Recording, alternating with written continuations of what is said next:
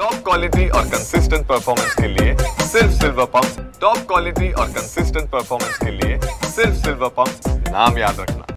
सतीश भोसले उर्फ खोक्या याला आता काही दिवसांपूर्वी पोलिसांनी ताब्यात घेतलं होतं आणि तो हरणाची शिकार करायचा आणि तो सुरेश धस यांना तो मांस द्यायचा, खाऊ घालायचा असं या उल्लेखित टीपी मुंडेंनी सांगून केला होता। त्यानंतर काल त्यांनी एका मुलाखतीमध्ये सुरेश धस यांनी असं उल्लेख केला आहे की हा संपूर्ण कट माझ्यासोबत रचला गेला होता आणि याच्यामध्ये मला गुंतवायचं होतं असं त्यांनी काल वक्तव्य केलं होतं। त्या संदर्भात माझ्यासोबत प्राध्यापक टीपी मुंडेसहित ओबीसी नेते येतं। सर काय सांगाल, काल सुरेश धस यांनी आरोप केला की आपल्यावर किंवा की मला या संदर्भात गुंतवण्याचा प्रयत्न केला होता आणि याच्या मला संपूर्ण माझ्यावर सगळ्या दिशा ठेवली होती, काय सांगाल? नाही, प्रश्न असा आहे की तो खोक्या जो आहे हा खोक्या त्या शिरूरच्या भागामध्ये हरणाची तस्करी म्हणजे शिकार करायचा आणि शिकार करायचा तिथलचे त्याचा मांस वगैरे हे ते सगळं सुरेश धस साहेबाला द्यायचं असे लोक सांगतात, सगळे लोक म्हणायला लागलेले होते तेव्हा बी ना आत्ता बी। आणि त्याही पद्धतीनं जेव्हा मी तिथं गेलो त्या शेतकऱ्याला भेटायला गेलो तेव्हा शेतकऱ्यानं सांगितलं की माझ्या शेतामध्ये हरण मारू लागले होते, मी त्यांना मारू नका म्हणल्यावर त्यांनी मला मारलं, माझे दातं पाडले त्यांच्या माणसाईने आणि यांना सगळं त्यांचं समर्थन आहे, सुरेश धसाचं समर्थन आहे असं ज्यांना मारलं ते सगळे हे सांगू लागले लोक।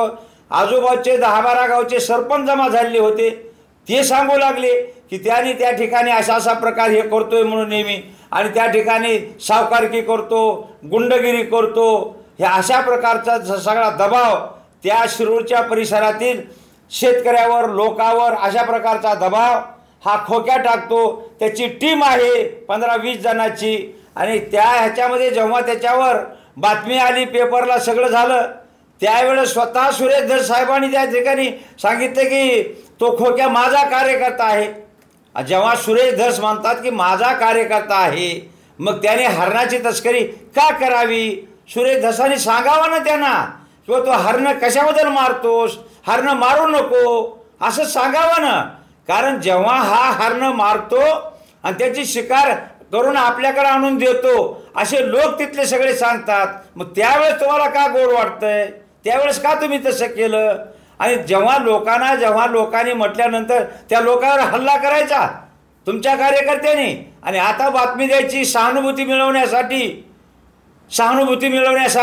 ही बातमी त्यांनी द्यायची की माझ्यावर माझा हे होणार आहे, माझ्यावर दबाव आणत आहेत, माझा या ठिकाणी खून करण्याचा प्रयत्न आहे अशा पद्धतीने म्हणत आहेत।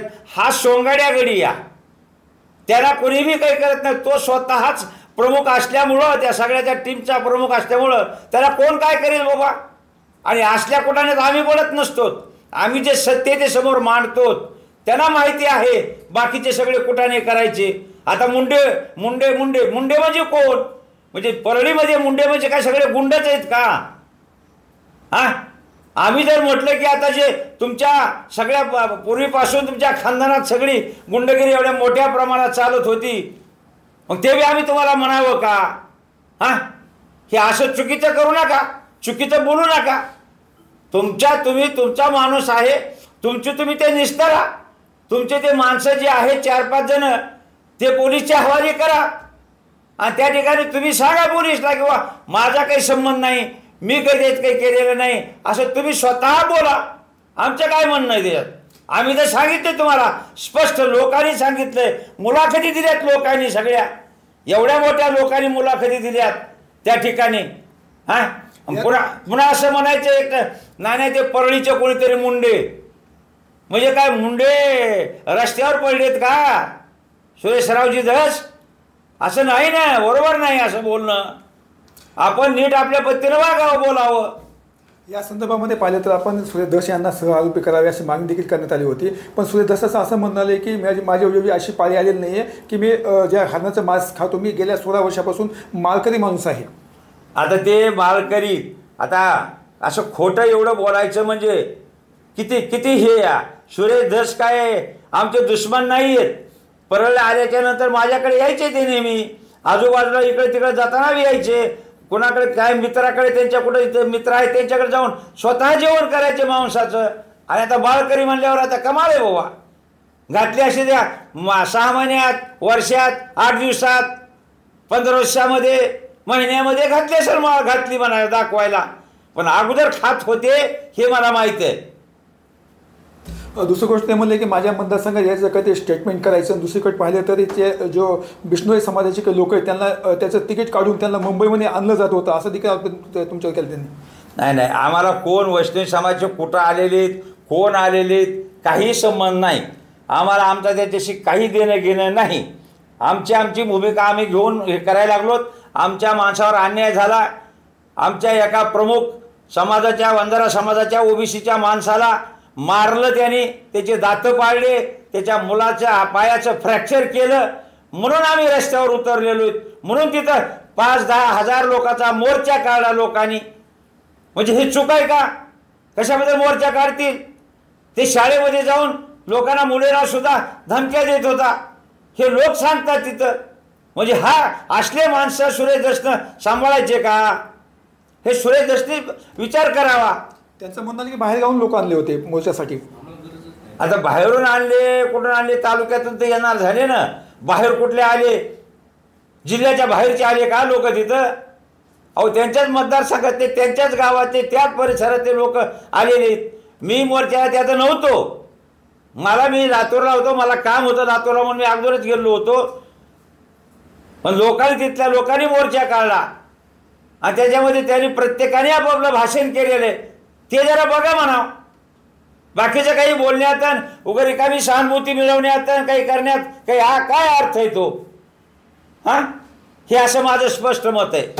त्याच्या घरामध्ये काही मांस पण सापडलं होतं. त्याच्यामध्ये मग त्या ठिकाणी काय पंचांग सापडेल का असं देखील दस म्हणतात ते. हे पहा, ज्या वेळेस त्या ठिकाणी वन खात्याच्या लोकांनी त्यांचं घर पाळलं, त्या ठिकाणी त्या घराची पूर्ण झडती घेतली. त्याच्यामध्ये हरणाला मारणारे सगळे तशा प्रकारच्या त्या वाघोरी सापडल्या. हरणाला मारणारे ते फासे सापडले आणि त्या ठिकाणी हरणाचं मांस सापडलं. त्या ठिकाणी आता ते तपासणीसाठी पाठवलेलं आहे. त्या प्रयोगशाळेतून काय त्याचा येतं त्याच्यावर बघूया. तिकडं पाठवलेलं आहे आणि त्या ठिकाणी स्वतः मांस सापडलं, वाळलेलं मांस सापडलं. म्हणजे हे कुठून आलं बाबा? कसं आलं? मग तुम्ही तुमचा कार्यकर्ता होता, मग खोक्याला का आपण सांगितलं नाही? सांगायला पाहिजे ना. तुमचा प्रमुख कार्यकर्ता होता ना तो. मग प्रमुख कार्यकर्त्याला सांगायला पाहिजे असं माझं मत आहे. माझी अशी माझं स्पष्ट म्हणणं आहे की तुम्ही त्यांना सांगायला पाहिजे होतं. का थांबवलं नाही तुम्ही त्यांना? हरणाची तस्करी करीत होता, का थांबवलं नाही त्याला? थांबवायला पाहिजे होतं ना. हे संपूर्ण कोण करतोय मला माहीत नाही. या संदर्भामध्ये मी लवकरच मुख्यमंत्र्यांशी भेटणार असं देखील त्यांनी वक्तव्य केलेलं आहे. मुख्यमंत्र्याला भेटावं, चांगली गोष्ट आहे. आम्ही मुख्यमंत्री साहेबांना निवेदन दिलेलं आहे, त्याची चौकशी करावी, त्याचं हे करावं म्हणून आम्ही सांगितलेलं आहे. त्या ठिकाणी शिष्टमंडळ, त्या ठिकाणी जे उपोषणाला लोक बसलेले होते त्याच्यामध्ये शिष्टमंडळांना जाऊन भेटलेत. त्यांचं जे हे सचिव आहेत, गृह सचिव आहेत मुख्यमंत्री साहेबाचे, त्यांनाही जाऊन ते लोक भेटलेले आहेत. त्या ठिकाणी सांगितलेलं आहे आणि त्या ठिकाणी ह्याच्यामध्ये मैदानावर मी गेलेलो होतो. मी होतो तिथं. त्या ठिकाणी 1000 लोक होते. मग 1000 लोक काय कुठून बाहेरूनच आणले का काय? अहो, जेव्हा याच मतदारसंघातले, आष्टी मतदारसंघातलेच शिरूर त्या भागात त्यांच्या मतदारसंघामध्ये आहे, त्या शिरूरला त्यांनी मोर्चा काढला. असल्या मोर्चाला बाहेरचे लोक कुठले आणण्याचा काय प्रश्न आला? हे चुकीचं आहे. असं सुरेश दसनी बोलू नये. ते एक आमदार आहेत, ते एक लोकप्रतिनिधी आहेत, त्यांनी असं बोलू नये. या प्रकरणात संपूर्ण चौकशी झाली पाहिजे. याच्यावर पूर्णतः चौकशी करावी आणि पूर्ण चौकशी झाली पाहिजे अशी माझी मागणी मुख्यमंत्री साहेबाकडे. या सर्व प्रकरणाची चौकशी व्हावी आणि जे दूध का दूध आणि पाणी का पाणी करावं, स्पष्ट करावं, याच्यावर आमचं मत आहे. स्पष्ट अशी आमची मागणी आहे. तर हे होते प्राध्यापक टी. व्ही. मुंडे सर यांचं म्हणणं आहे की ह्या प्रकरणाची संपूर्ण चौकशी झाली पाहिजे. दूध का दूध आणि पाणी का पाणी बाहेर आलं पाहिजे. कॅमेरा पर्सन विकास वाघबाई संभाजी मुंडे, TV9 मराठी, परळी, बीड.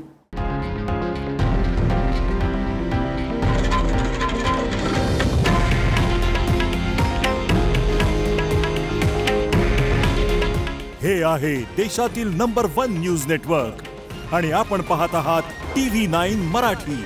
काळजी तुमची, हित महाराष्ट्राचं.